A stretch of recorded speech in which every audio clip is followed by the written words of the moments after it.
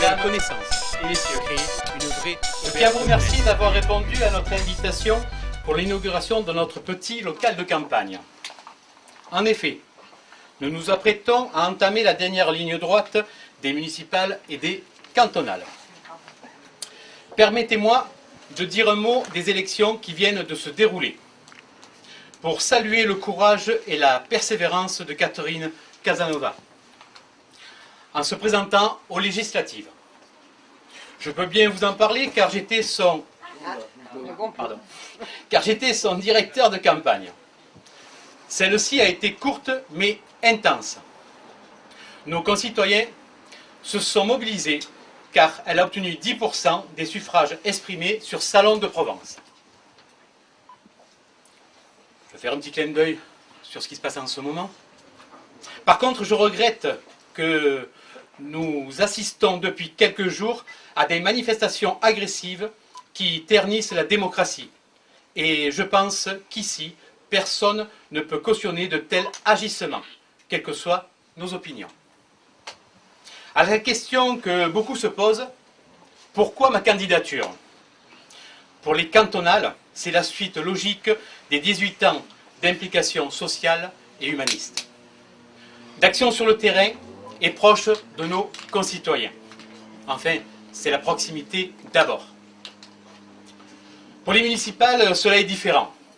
Tout d'abord, je suis salonnais, né à la cour de la Manon, pour ceux qui se souviennent de ce quartier. C'était toutes les vieilles bâtisses qui sont au pied du château de l'Empéry. Ensuite, il faut un lien, une passerelle entre les concitoyens qui vivent le quotidien de leur ville et l'action publique de nos élus qui décident l'avenir de la cité. En me portant candidat à la mairie de Salon de Provence, j'ai voulu ainsi canaliser cette dynamique et cette force citoyenne qui s'est fédérée autour de moi au cœur de la politique municipale. Mon action et mon travail ne sont cependant pas limités à mon engagement au sein du mouvement démocrate. Je travaille étroitement avec les forces de la société civile salonnaise sur divers sujets. Il est donc logique que cette liste ne rejette pas, n'exclut pas les talents, les compétences et la motivation de tous les salonnais qui ont franchi le pas en décidant de s'engager à mes côtés. Cette liste n'aurait pu se limiter aux seuls adhérents du mouvement démocrate. Elle sera donc une liste menée par un candidat du mouvement démocrate, soutenu par celui-ci, et en même temps une liste citoyenne, regroupant au-delà des frontières d'adhésion aux partis politiques, les forces compétentes et la dynamique existante parmi les citoyens de notre ville. Je suis convaincu que cette nouvelle façon de faire de la politique est celle qui représente le mieux les valeurs défendues par François Bayrou. Et donc, Salon de Provence a besoin. On m'a souvent parlé du cumul des mandats. Je voudrais vous rappeler que ce n'est pas moi qui décide du calendrier électoral pour les municipales et les cantonales. Je rappelle que ces deux mandats sont des mandats locaux de proximité. Autre question que l'on me pose souvent. Au deuxième tour, pour qui appellerez-vous à voter? Déjà, c'est méprisant pour nous, car nous serons au deuxième tour.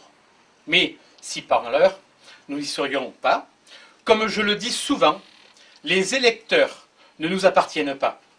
Chacun sera libre de voter en son âme et conscience. Par contre, si nous dépassons les 10%, nous nous maintiendrons.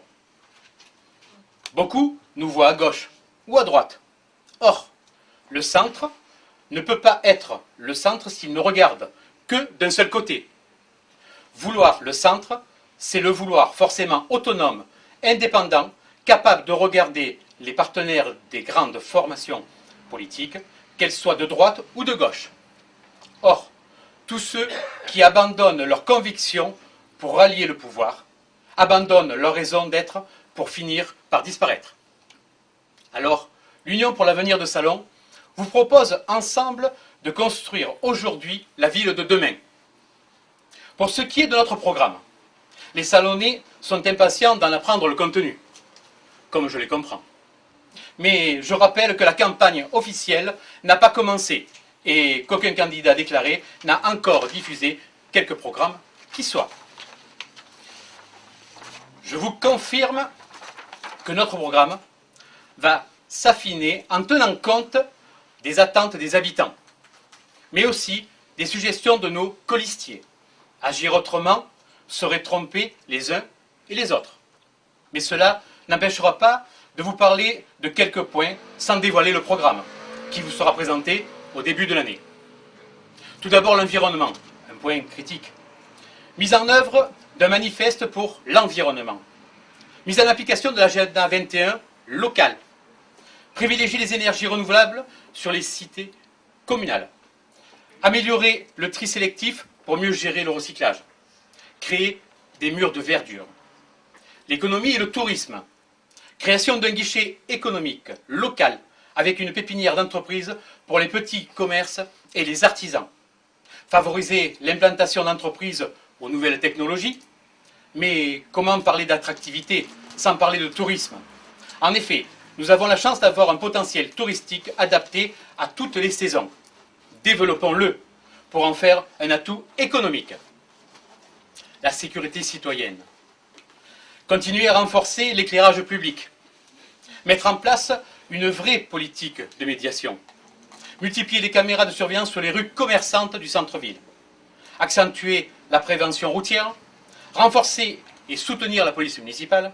Lutter contre l'incivisme. L'urbanisme, le point noir de Salon. Revoir ce PLU. Ne plus donner des permis de construire à des grands groupes sans une concertation de voisinage. Donner à nos enfants la possibilité de rester dans notre ville avec une construction adaptée à notre commune. Geler la situation de Bel Air, revoir ses implantations avec les résidents de Bel Air. Ne pas vendre les appartements communaux, mais les rénover et rendre accessibles à tous.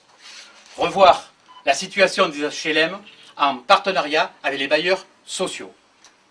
La culture. La culture est un lien social. C'est un déclencheur économique. C'est l'image de notre ville dans le département. Le périscolaire, il va prendre un essor important, vu le programme scolaire de l'État. Cela pourra donner l'occasion de faire connaître la culture à tous les jeunes dans les différentes écoles. Mettre une véritable politique culturelle en place. Mutualiser les moyens entre les villes voisines. Créer une université populaire de proximité pour permettre aux personnes sorties du système scolaire d'acquérir de nouvelles connaissances. Créer une vraie auberge de jeunesse. Le sport. 1500 licenciés à Salon. Un petit peu plus peut-être. Continuer la réhabilitation des espaces sportifs. Mutualiser les moyens des clubs sportifs en personnel et en matériel. Accentuer le rôle fédérateur de l'Office municipal des sports. Aider les clubs dans leurs déplacements. Promouvoir le sport auprès des jeunes pour une meilleure cohésion sociale. Nous avons deux projets qui nous tiennent à cœur. C'est la création d'une halle alimentaire sur la place Morgan, style maraîcher, producteur de terroir. Et aussi d'une plaine de loisirs et de sport qui pourrait concilier loisirs dominical et sport de loisirs. En conclusion, je vous ai parlé de 6 points du programme de notre liste. En janvier, il sera complet. Il comportera au moins 15 points. Mon équipe veut être une équipe de proximité, car comme le révèle le sondage récent, les citoyens veulent des élus proches de eux, mais aussi des candidats qui ne font pas l'erreur de faire des promesses électorales intenables. Cela contribue à une démoralisation et à des déceptions terribles. Pour moi, j'ai choisi, en ce qui me concerne, de rejeter les promesses intenables et de dire la vérité. Mes valeurs et celles de mes colistiers, c'est le respect de nos adversaires, l'énergie au travail, la transparence, l'ouverture à nos concitoyens, mais surtout être démocrate pour le bien-être de notre magnifique ville. Merci.